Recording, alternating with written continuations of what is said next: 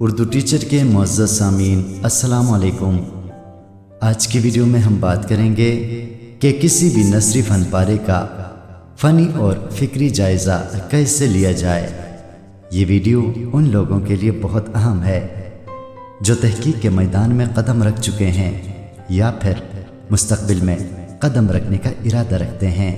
جب ہم کسی شخصیت کی خدمات کا جائزہ لیتے ہیں تو اس میں اس کی کتابوں کا فنی اور فکری جائزہ لیتے ہیں، یا کسی ناول پر تحقیق کرنا ہو تو اس میں بھی اس ناول کا فنی اور فکری جائزہ لیا جاتا ہے۔ یوں کہہ سکتے ہیں کہ تحقیق کے میدان میں ہم کسی بھی طرح فنی اور فکری جائزے سے دامن نہیں چھڑا سکتے، اس لیے ان دونوں چیزوں کو سمجھنا بہت ضروری ہے۔ تو آئیے اصل موضوع کی طرف بڑھتے ہیں۔ سب سے پہلے یہ جاننے کی کوشش کرتے ہیں کہ کسی بھی نثری فن پارے کا فنی جائزہ کیسے لیں۔ مثال کے طور پر ایک ناول ہمارے سامنے ہے اور ہم نے اس ناول کا فنی جائزہ لینا ہے، تو سب سے پہلے ہم اس ناول کا عنوان دیکھیں گے۔ جیسا کہ ہم جانتے ہیں کہ عنوان رکھنا بھی ایک مہارت کا کام ہے۔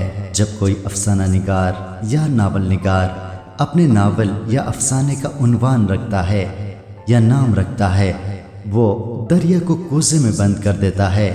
وہ پوری کہانی کو اس عنوان میں بیان کر دیتا ہے، جس سے قارئین فوری طور پر اس عنوان کی طرف، اس نام کی طرف متوجہ ہو جاتے ہیں۔ تو سب سے پہلے فنی جائزے میں ہم یہ دیکھیں گے کہ ناول نگار نے جو نام منتخب کیا ہے یا عنوان منتخب کیا ہے، کیا یہ دلچسپ ہے؟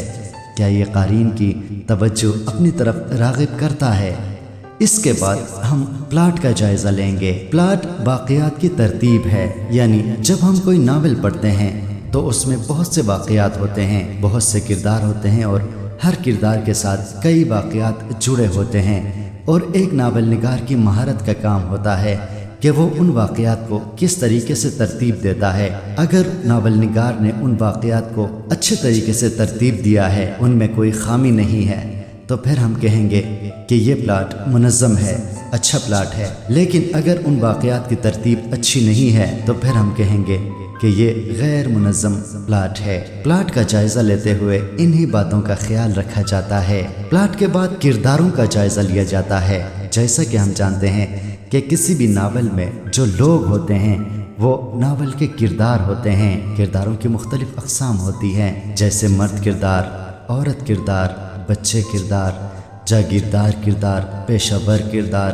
غریب کردار، اسی طرح کئی قسم کے کردار ہوتے ہیں۔ ان میں بہت سے کردار ایسے ہوتے ہیں جو مثالی ہوتے ہیں، اور بہت سے کردار ایسے بھی ہو سکتے ہیں جو بالکل عام کردار ہوتے ہیں۔ ان کرداروں کا جائزہ لیتے ہوئے ہم یہ جاننے کی کوشش کریں گے کہ مصنف نے جو کردار ہمارے سامنے پیش کیے ہیں وہ کیسے کردار ہیں، وہ عام کردار ہیں، دلچسپ کردار ہیں، یا پھر مثالی کردار ہیں۔ کردار نگاری کے بعد ہم مکالموں کا جائزہ لے سکتے ہیں۔ مکالمے وہ باتیں ہیں یا جملے ہیں جو کردار آپس میں بات چیت کرتے ہیں۔ مکالموں کے جائزے کے دوران ہم یہ دیکھنے کی کوشش کریں گے کہ مصنف نے مکالمے کیسے لکھے ہیں، کیا یہ بہترین مکالمے ہیں یا بالکل عام مکالمے ہیں یا پھر کم تر مکالمے ہیں۔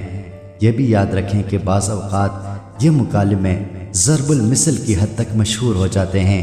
بڑے بڑے ناول نگاروں کے مکالمے اقوال زرین بن جاتے ہیں۔ ناول کی زبان کا جائزہ بھی فنی جائزے میں آتا ہے۔ زبان کو پرکھتے ہوئے ہم یہ جاننے کی کوشش کریں گے کہ مصنف نے آسان زبان استعمال کی ہے یا پھر پیچیدہ زبان استعمال کی ہے۔ یہ بات بھی قابل ذکر ہے کہ بعض ناول نگار بازاری زبان یا غیر مہذب زبان بھی استعمال کرتے ہیں۔ فصاحت و بلاغت بھی فنی جائزے میں شمار ہوتا ہے۔ فصاحت و بلاغت کا مطلب یہ ہے کہ کلام میں نامانوس اور اجنبی الفاظ استعمال تو نہیں کیے گئے اور زمان و مکان کا خیال رکھا گیا ہے۔ زمان و مکان کا مطلب یہ ہے کہ کسی بچے سے بڑوں کی باتیں نہ کرائی جائیں یا پھر کسی جاہل سے فلاسفر کی باتیں نہ کرائی گئی ہوں۔ اگر ناول میں اجنبی الفاظ استعمال کیے گئے ہیں، زمان و مکان کا خیال نہیں رکھا گیا ہے، تو ہم کہیں گے کہ اس میں فصاحت و بلاغت نہیں ہے۔ فنی جائزہ لیتے وقت الفاظ اور